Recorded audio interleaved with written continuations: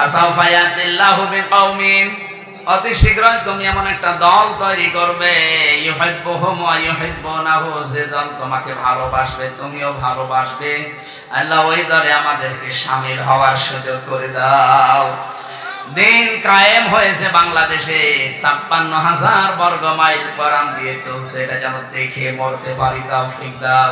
বাংলার প্রশাসনের উপরে তোমার রহমত নাজিল করো আল্লাহ। যত ষড়যন্ত্র হচ্ছে দেশটা নিয়ে আল্লাহ তুমি ছিন্ন ভিন্ন করে দাও।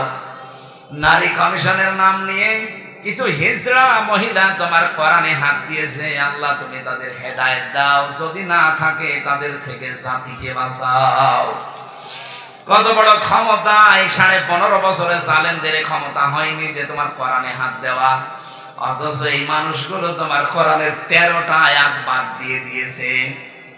জানি এদেরকে তুমি হেদায়েত দেবে না, তারপরও যদি থাকে হেদায়েত দাও, না থাকলে তাদেরকে তুমি ধ্বংস করে দাও। যারা ঈমান এবং ইসলাম নিয়ে ষড়যন্ত্র করে বাংলাদেশের মুসলমানদেরকে নিয়ে, আল্লাহ তাদের কবল থেকে দেশের মানুষদেরকে বাঁচাও। এই কোরআনের কথাগুলো যারা প্রচার করে, এই মিডিয়ার ভাইদেরকে আল্লাহ তুমি প্রচারক হিসাবে, দিন প্রচারক হিসাবে কবুল করে নাও।